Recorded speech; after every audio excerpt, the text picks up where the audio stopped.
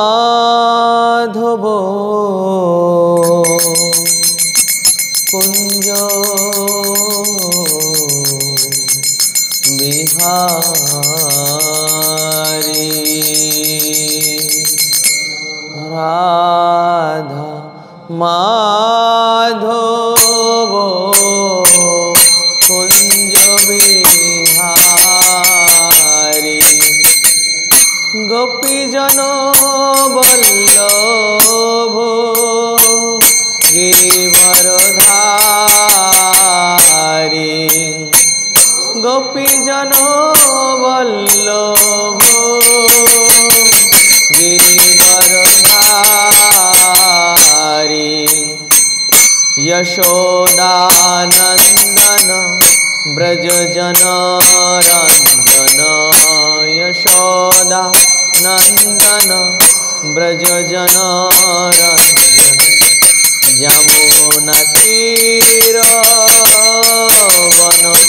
वनचारी यमुना तीर वनचारी जय राधा माधव कुंज बिहारी जय राधा माधव कुंज बिहारी हरे कृष्णा कृष्ण कृष्णा हरे हरे हरे राम राम राम हरे हरे हरे कृष्णा कृष्ण कृष्णा हरे हरे हरे राम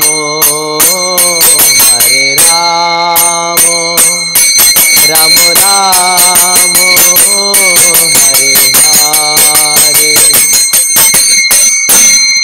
हरे कृष्णा कृष्ण कृष्णा हरे हरे हरे राम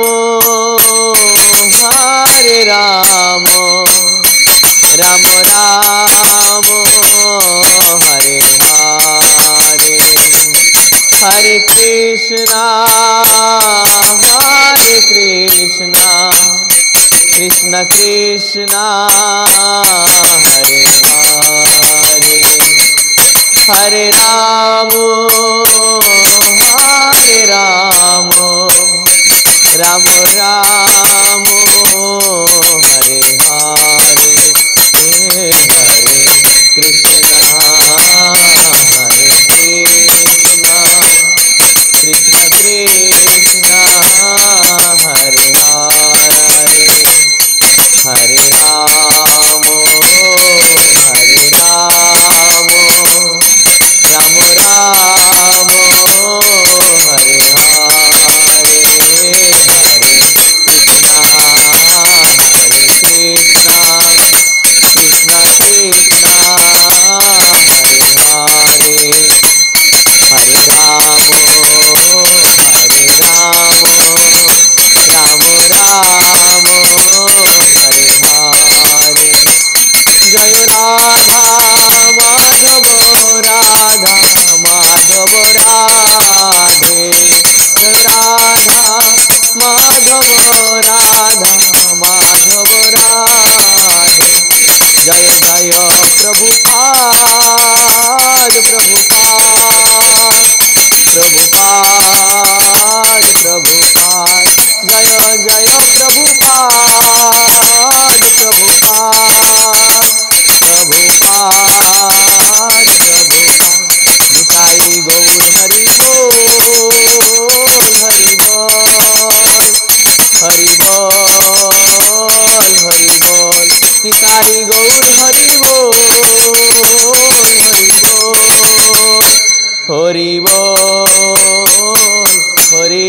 হরি बोल गौर प्रेमानंदे। ओम अज्ञानतिमिरन्धस्य ज्ञानाञ्जनशलाकया चक्षुरुन्मीलितं येन तस्मै श्रीगुरवे नमः। श्रीचैतन्यमनोभीष्टं स्थापितं येन भूतले स्वयं रूप कदा मह्यं ददाति सपदान्तिकम्। नमो विष्णुपादाय कृष्णपृष्ठाय भूतले श्रीमते भक्तिवेदान्त स्वामिनिति नामिने। नमस्ते सरस्वती देवी गौरवाणी प्रचारिणे निर्विशेष शून्यवादी पाश्चात्यदेशतारिणे। वाञ्छाकल्पतरुभ्यश्च कृपा सिन्धु वैव च पतितानां पावनेभ्यो वैष्णवेभ्यो नमो नमो। नमो महावदन्याय कृष्ण प्रेम प्रदायते कृष्णाय कृष्ण चैतन्य नाम्ने गौरतिशे नमो। जय श्री कृष्ण चैतन्य प्रभु नित्यानंद श्री अद्वैत गदाधर शिवासादि गौर भक्तवृंद। हरे कृष्ण कृष्ण कृष्ण हरे हरे हरे राम राम राम हरे हरे। ओम नमो भगवते वासुदेवाय। ओम नमो भगवते वासुदेवाय। ओम नमो भगवते वासुदेवाय। नारायणं नमस्कृत्य नरं चैव नरोत्तमं देवीं सरस्वतीं व्यासं ततो जयमुदीरयेत्। नष्टप्रायेषु भद्रेषु नित्यं भागवत सेवयेत्।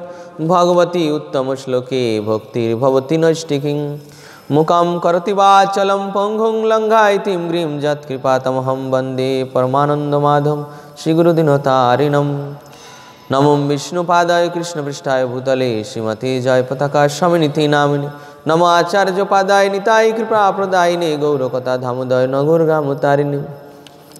श्रीमद्भागवतम षष्ठ स्कंध द्वितीय अध्याय 40 नंबर श्लोक।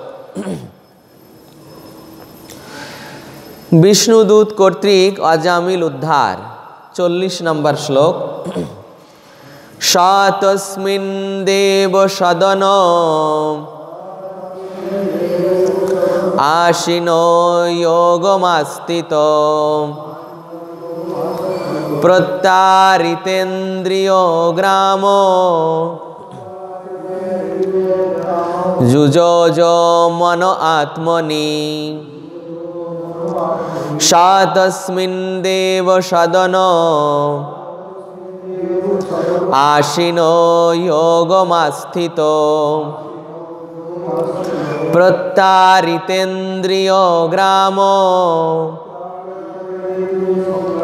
जुजोजो मनो आत्मनि।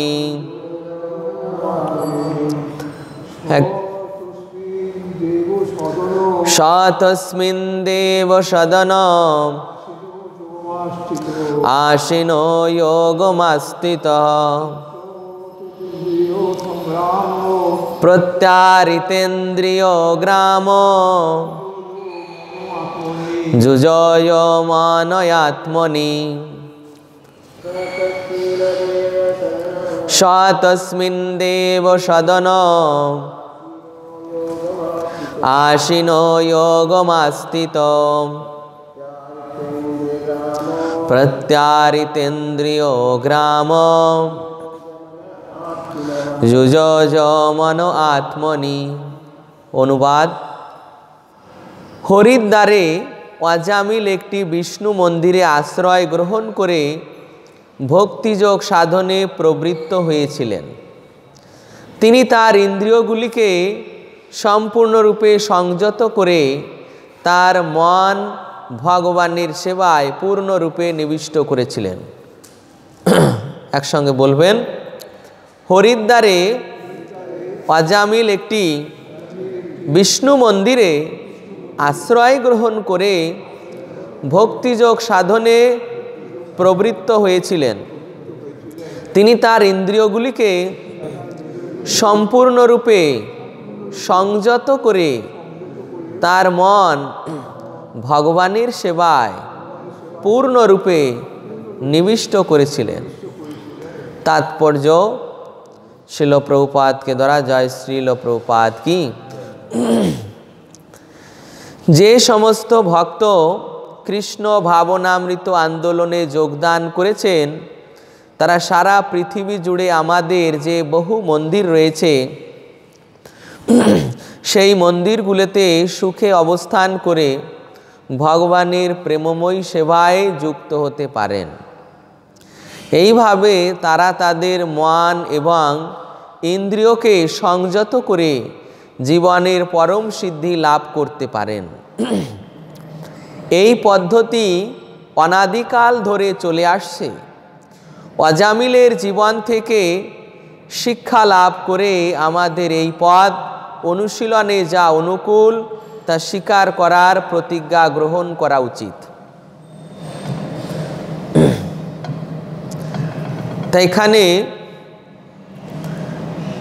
এই শ্লোকটি কে বলছেন? না, এই শ্লোকটি অজামিল বলছেন না। এই শ্লোকটি বলছেন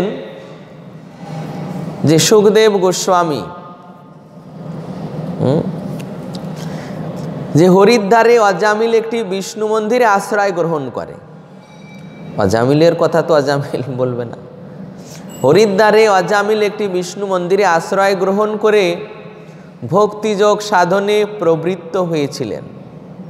তিনি তার ইন্দ্রিয়গুলিকে সম্পূর্ণরূপে সংযত করে তার মন ভগবানের সেবায় পূর্ণরূপে নিবিষ্ট করেছিলেন। সুখদেব গোস্বামী পরীক্ষিত মহারাজকে এই ঘটনা শোনাচ্ছেন। সুখদেব গোস্বামী পরীক্ষিত মহারাজকে শোনাচ্ছেন, কেননা পরীক্ষিত মহারাজ শুনতে চেয়েছিলেন। তিনি প্রশ্ন করেছিলেন যে, হে গুরুদেব, হে ব্রাহ্মণ,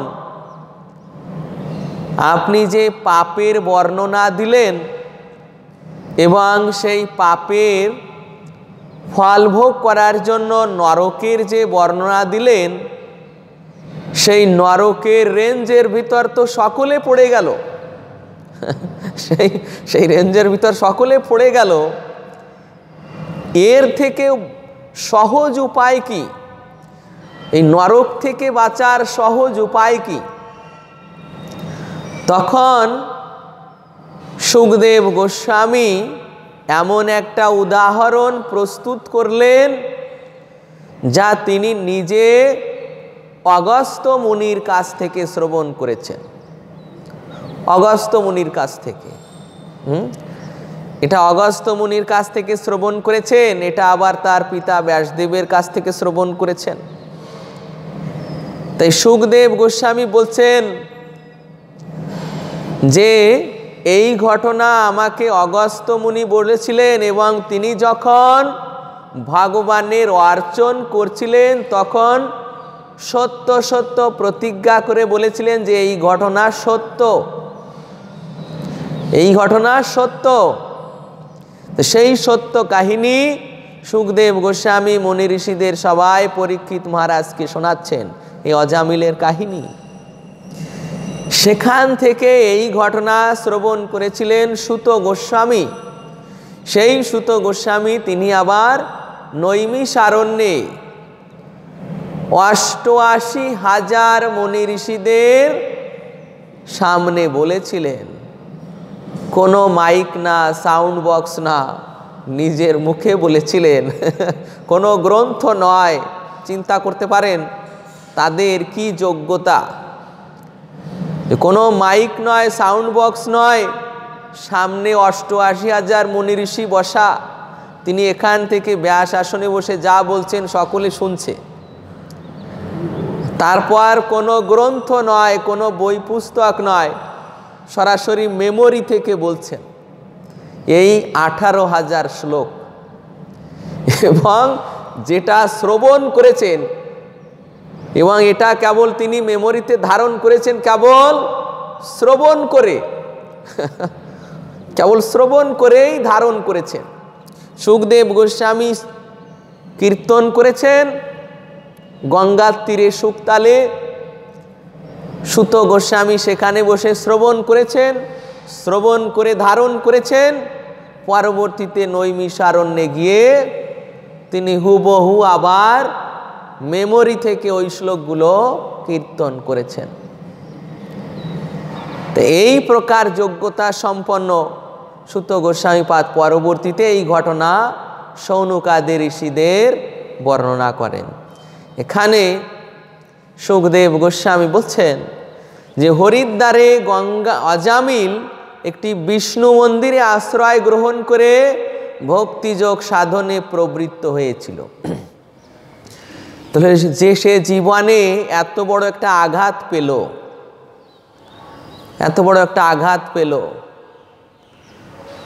যে 25 বছর বয়স পর্যন্ত সে গৃহস্থ আশ্রমে ছিল, তারপর এমন একটা ঘটনার জন্য সে তার ওই সেই গৃহস্থ ধর্ম ত্যাগ করে গৃহমেদী ধর্ম গ্রহণ করে। গৃহমেদী ধর্ম বুঝতে পারেন? গৃহমেদী ধর্ম কি? ভগবানকে বাদ দিয়ে যে সংসার জীবন, ভগবানকে বাদ দিয়ে যে সংসার জীবন, তাকে বলা হয় গৃহমেধী জীবন। গৃহমেধী জীবন, এই মেধি হচ্ছে কি? দণ্ড।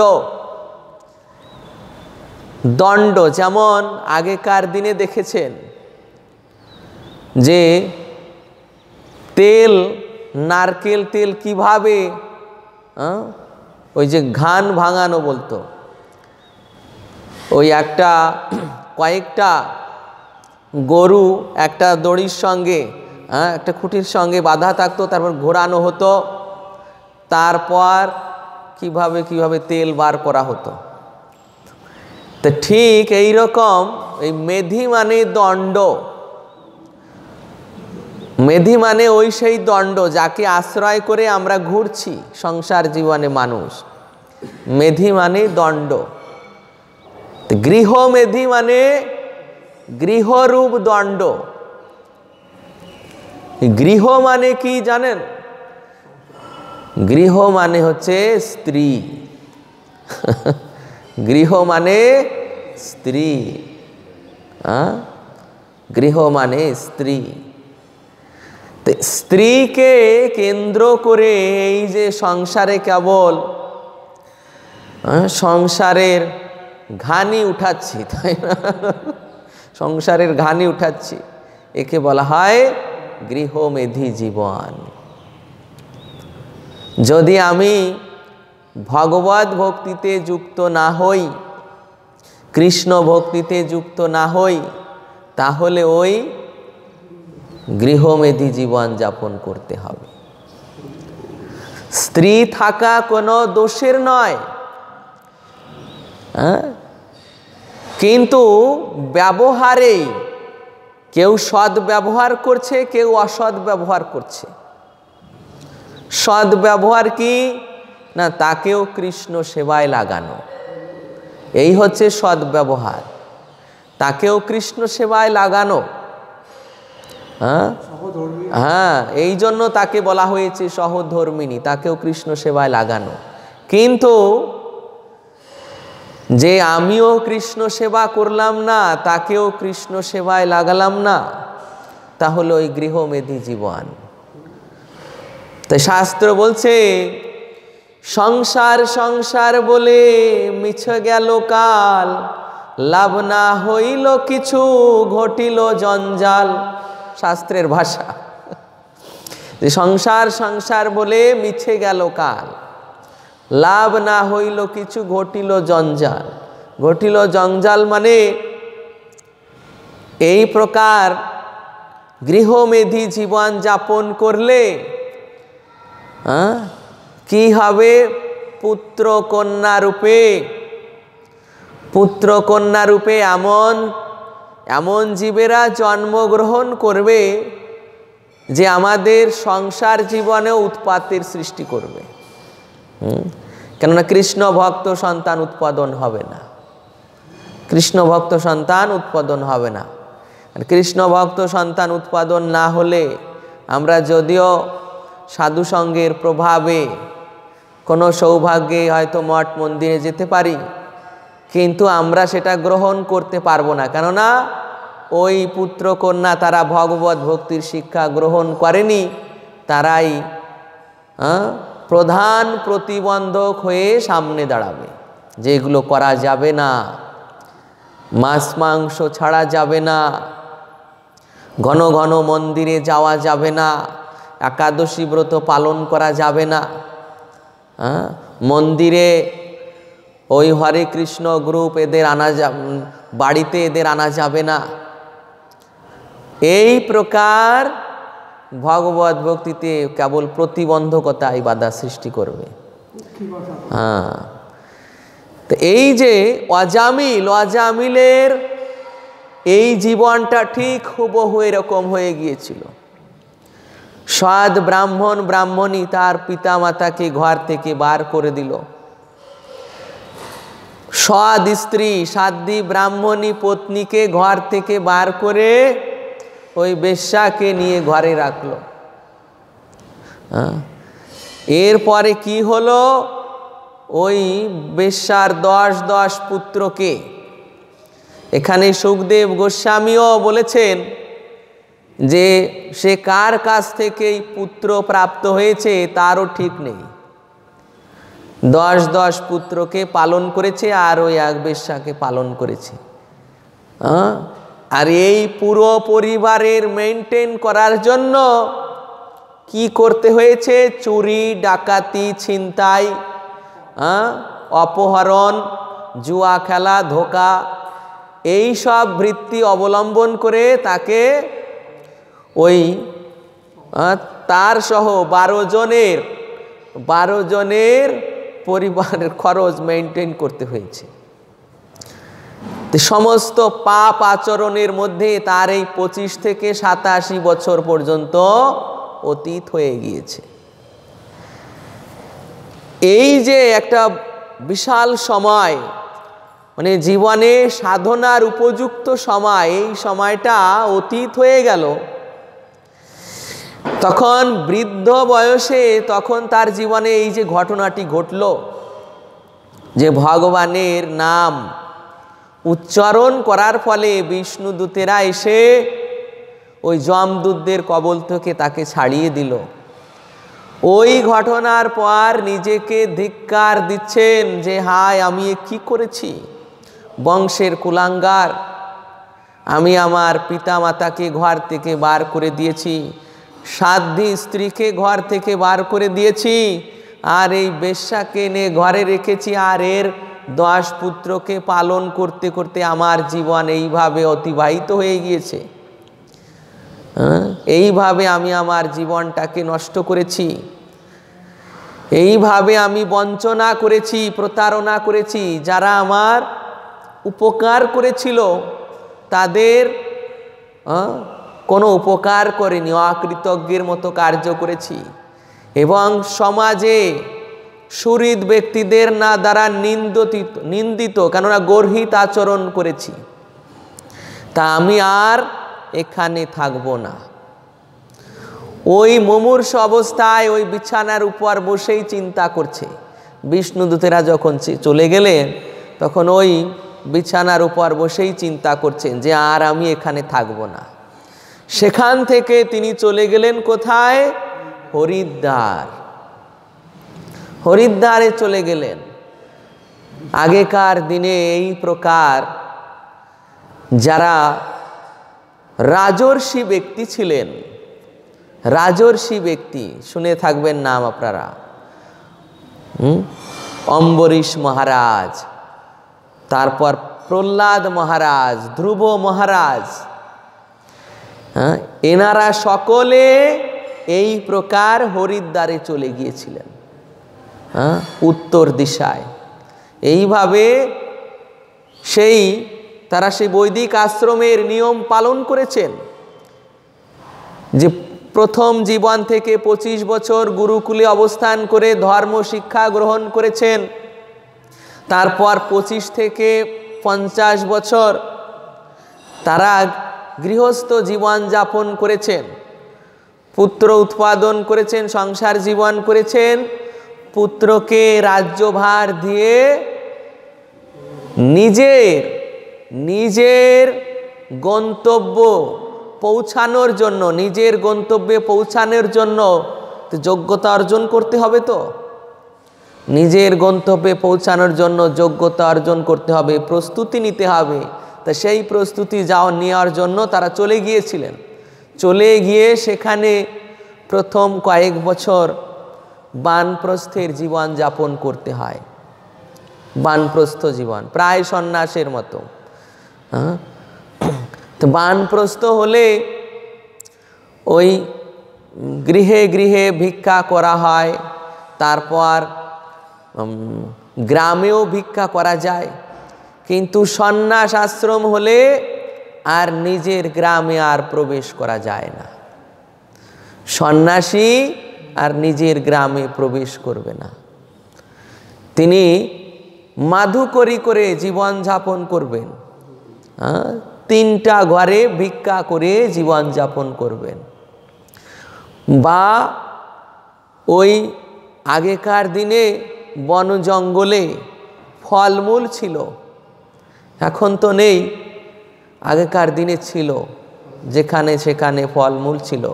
তারা ওই বনের ফলমূল আহার করে আর নদীর জল পান করে জীবিকা নির্বাহ করতেন। আর পর্বতের গুহায় বাস করতেন, গাছের তলায় বাস করতেন। আমাদের এই কলিযুগে এই যে আমাদের ষড়গোস্বামীগণ, তারাও ঠিক এই প্রকার জীবন যাপন করেছেন। রূপ গোস্বামী, সনাতন গোস্বামী, এনারা বর্ণনা রয়েছে যে একটা গাছের তলায় 1 রাতের বেশি থাকেননি। এনারাও শেষ জীবনে যখন বৃন্দাবনে ছিলেন, তো একটা গাছের তলায় 1 রাতের বেশি থাকেননি। এইভাবে তারা জীবন যাপন করেছেন। তো তাদের সেই পদাঙ্ক অনুসরণ করাই হচ্ছে সন্ন্যাস জীবনের পরিপূর্ণ অবস্থা, যে তারা যেভাবে জীবিকা নির্বাহ করেছেন। কোনো প্রকার সঞ্চয় নয়, সন্ন্যাসী তিনি কোনো প্রকার সঞ্চয় করবেন না। শ্রী চৈতন্য মহাপ্রভুর লীলায় আমরা দেখেছি যে মহাপ্রভুর সেবক গোবিন্দ ঘোষ মহাপ্রভুর সেবার জন্যই হরিতকি একটা হরিতকি মহাপ্রভুকে দিয়েছিলেন, অর্ধেকটা রেখে দিয়েছিলেন। পরবর্তীতে মহাপ্রভু যখন চাইলেন সেই অর্ধেকটা বের করে দিলেন। তখন মহাপ্রভু বলছেন, গোবিন্দ কোথায় পেলে এত তাড়াতাড়ি হরিতকি দিয়ে দিলে? তখন বলছেন মহাপ্রভু, আগেরটার থেকে অর্ধেকটা রেখে দিয়েছিলাম। মহাপ্রভু বলছেন যে তুমি সন্ন্যাসী হয়ে এইভাবে সঞ্চয় করছো, তোমার মধ্যে সঞ্চয় বৃত্তি এসেছে, যাও তুমি গৃহে ফিরে যাও, সংসার জীবন পালন করো। তো এই যে সন্ন্যাসী কোনো প্রকার সঞ্চয় বৃত্তি থাকবে না, সেই শিক্ষা মহাপ্রভু দিয়ে গেলেন। তো এখানে এই যে অজামিল চলে গেলেন, তিনি মন্দিরে গিয়ে আশ্রয় নিলেন, কোনো বাড়িতে নয়। সন্ন্যাসী ব্রহ্মচারী এনাদের কোনো বাড়িতে গিয়ে এই অবস্থান করা মানে যে সেখানেই থাকবো চিরকাল, কোনো বাড়িতে বা কোনো গৃহস্থের বাড়িতে সেখানেই চিরকাল থাকবো না, এরকম নয়। সন্ন্যাসী ব্রহ্মচারীদের জন্য শাস্ত্রের নিয়ম যে তাদের হয় ওইভাবে পরিব্রাজকের জীবন যাপন করতে হবে, অন্যথায় তারা মঠ মন্দিরে তীর্থে ধামে থাকতে পারেন, কোনো গৃহস্থের বাড়িতে নয়। তো এইভাবে অজামিল হরিদ্বারে গিয়ে একটা মন্দিরে ছিলেন, সন্ন্যাসীর মতো জীবন যাপন করেছেন। মন্দিরে গিয়ে কি করতেন? মন্দিরে গিয়ে ভগবানের নাম জপ করতেন, যে নামের মহিমা তিনি এই যে বিষ্ণুদূতেদের মুখ থেকে শ্রবণ করেছেন, ভগবত পার্শ্বদের মুখ থেকে তাদের দেখে দেখে শ্রবণ করেছেন, যে তারা যমদূতদের বলেছেন বিষ্ণুদূতগণ সেখানে সাক্ষী রূপে অজামিল শ্রবণ করেছেন নামের মহিমা। এই নামের মহিমা শ্রবণ করে তার পূর্বর স্মৃতি জাগ্রত হয়, ধিক্কার দিতে থাকেন। তো সেই নাম করার জন্য সে চিন্তা করল যে নামের মহিমা এত, যে এই আমার মতো পাপীর মুখে এই নাম উচ্চারিত হয়েছে, আর এই নামের প্রভাবে আমাকে রক্ষা করার জন্য এই প্রকার সিদ্ধরা চলে এলো। আমি তো আমার পুত্রকে ডেকেছি, আমি তো ভগবানের নাম নিইনি, তথাপি আমাকে রক্ষা করার জন্য ভগবান কৃপা করেছেন। তা এখন আমি আর আমার জীবন বৃথা হতে দেব না। সেই অনুশোচনা পূর্বক সেই যে 15 বছর, ওই 87 বছরের পর 15 বছর হরিদ্বারে কেবল নাম জপ করেছে, হরিদ্বারের গঙ্গায় স্নান করেছে,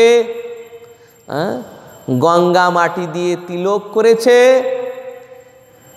তারপর মন্দিরের সেবা করেছে, আরতি কীর্তন দর্শন করেছে। এইভাবে 15 বছরের যে জীবন, সেটা তার ওই ব্রহ্ম মুহূর্তের মতো জীবন যাপন হয়েছে। বুঝতে পেরেছেন?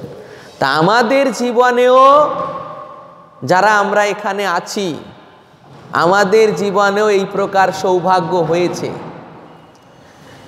আমরা যদিও আজামিলের মতো ওই যমদূতদের যমপাশের দ্বারা আবদ্ধ হইনি, তথাপিও আমাদের এই শিক্ষা গ্রহণ করতে হবে যে আমরাও ওই প্রকার মুমূর্ষু অবস্থায়,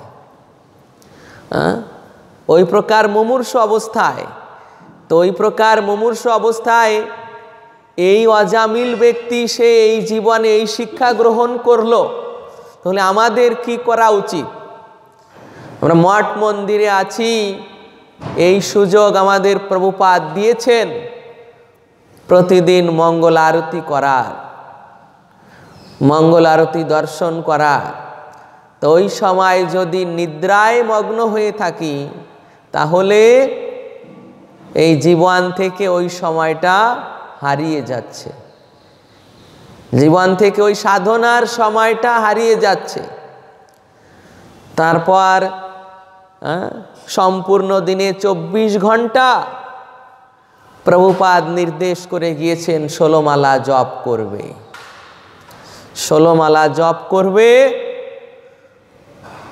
তাও এটাও যদি না হয়, এটাও যদি না হয়, তাহলে তাদের সেই অনুশোচনা হলো না, তারা তাদের জীবনকে কাজ। তারপর একটু ভাগবত কথা শ্রবণ কীর্তন এবং ভগবানের এই নাম কীর্তন আরতি দর্শন উপস্থিত থাকা। এক সময় বৃন্দাবনে মহারাজ বর্ণনা করছেন যে বাঁকে বিহারী মন্দিরের একটু দূরে, সেখানে এক মন্দিরের একজন যিনি সাধু, তিনি অন্ধ ছিলেন, অন্ধ। তো তিনি প্রতিদিন ওই হাঁটতে হাঁটতে বাঁকে বিহারীকে দর্শন করতে আসতেন, মানে বাঁকে বিহারীর কাছে আসতেন। দর্শন তো হতো না, কারণ অন্ধ। তো হাঁটতে হাঁটতে আসছেন, একদিন কিছু দুষ্ট ছেলে পেলে তারা বলছেন, ওই যে অন্ধ তাকে বলতেন সুরদাস, সুরদাসজি মহাশয় আপনি এইভাবে কি জন্য যান প্রতিদিন, আপনি তো দেখতে পান না। তখন তিনি বলছেন যে আমি না হয় দেখতে পাই না, আমি না হয় দেখতে পাই না, বাঁকে বিহারী ঠাকুরজি তো দেখতে পায়। ঠাকুরজি মনে করে যে তার দাস হাজিরা দিয়ে গেল, ঠাকুরজি দেখে নিল, আমি না হয় দেখতে না পারলাম, বাঁকে বিহারী তো দেখলো আমাকে, তার সামনে গেলে, তার সামনে শ্রবণ কীর্তন করলে, তার সামনে কীর্তনে নৃত্য করলে তিনি প্রসন্ন হয়ে দৃষ্টিপাত ফেললেই মঙ্গল। কৃষ্ণ প্রসন্ন হয়ে দৃষ্টিপাত ফেললেই মঙ্গল, কৃষ্ণের দেখাই মঙ্গল। আমি কৃষ্ণকে দেখে সুখ না পাই, কৃষ্ণ তার ভক্তকে দর্শন করে সুখ পায়। তা আমাদের উদ্দেশ্য হচ্ছে কৃষ্ণকে সুখ দেওয়া, কৃষ্ণকে সুখ দেওয়া, কৃষ্ণের ইন্দ্রিয়ের তৃপ্তি বিধান করা। চৈতন্য চরিতামৃতে এটাই বলা হয়েছে যে কৃষ্ণেন্দ্রিয় প্রীতি বাঞ্ছা তারে বলি প্রেম, আত্মেন্দ্রিয় প্রীতি ইচ্ছা তারে বলি কাম। আত্মেন্দ্রিয় প্রীতি ইচ্ছা তারে বলি কাম, কৃষ্ণেন্দ্রিয় প্রীতি বাঞ্ছা ধরে প্রেম নাম। তা এই যে কৃষ্ণকেই যখন সন্তুষ্ট করব, কৃষ্ণকেই যখন কৃষ্ণের ইন্দ্রিয়ের তৃপ্তি বিধান করব, তখন আমার ইন্দ্রিয় সমূহ আপনা আপনি সন্তুষ্ট হয়ে যাবে। আলাদাভাবে আমি আমার ইন্দ্রিয়কে সন্তুষ্ট করতে পারি না। যেমন দেখুন, মহারাজ বর্ণনা করছিলেন যে এই জগতের সমস্ত সম্পদ আপনাকে দিয়ে দেওয়া হলো, আপনি সন্তুষ্ট হতে পারবেন না। এই জগতের কেন, সারা জগতের সম্পদও আপনাকে দিয়ে দিলে সন্তুষ্ট হতে পারবেন না, তারপরও আপনার কামনা থাকবে।